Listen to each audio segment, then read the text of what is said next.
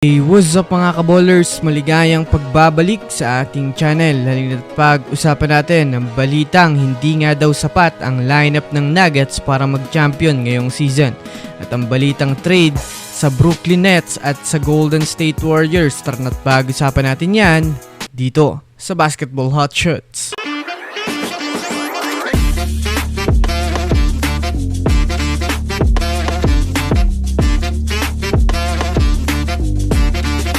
Una nga muna tayong dumako mga kaballers sa balitang hindi nga daw sapat ang lineup ng Nuggets para mag-champion ngayong season.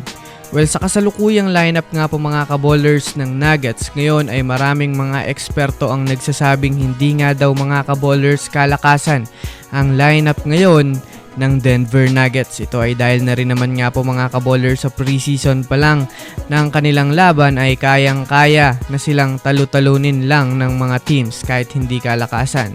Kung susumadayan niyo natin mga kaballers, hindi naman nga kalakasan ng impact na dinadala ni Russell Westbrook ngayon sa kanila.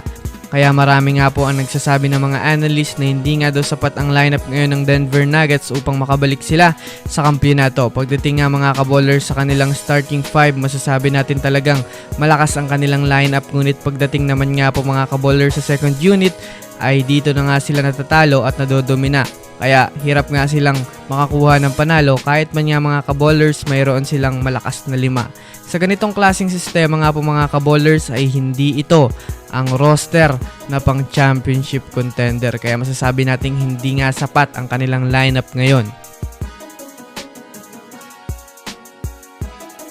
Samantala, dumako naman tayo mga kaballers sa trade ng Brooklyn Nets at ng Golden State Warriors. Kahapon nga po mga kaballers ay may naibalita nga po ako sa inyong magandang trade proposal para sa kanila. Ito ay ang mock trade para sa Warriors upang mas tumangkad at mas lumakas palalo ang kanilang opensa. Sa trade nga pong iyon mga kaballers ay ito nga ang patungkol sa pagbitaw ng Warriors kay Andrew Wiggins at Moses Moody para kay Cameron Johnson na isang power forward din at Day'Ron Sharpe na isang malaki din na big man. Ayon nga sa mga fans, mga kaballers, payag nga sila sa trade na ito lalo pat kinakalawang na rin naman nga daw si Andrew Wiggins sa Warriors habang isang magandang oportunidad naman nga daw ito para kay Moses Moody na mailipat sa Nets upang mas lumakas ang kanyang pangalan doon dahil siya na nga doon ang magsisilbing bagong star player.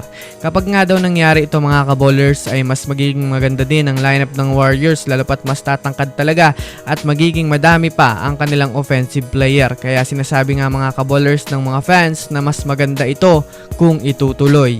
So yun lamang mga kaballers, yan lang naman ang pag-uusapan natin ngayon. Pindutin lang ang subscribe and hit nyo na rin ang notification bell para sa mga susunod na updates sa mundo ng basketball. Again, this is Basketball Hot Shots. Thanks for watching.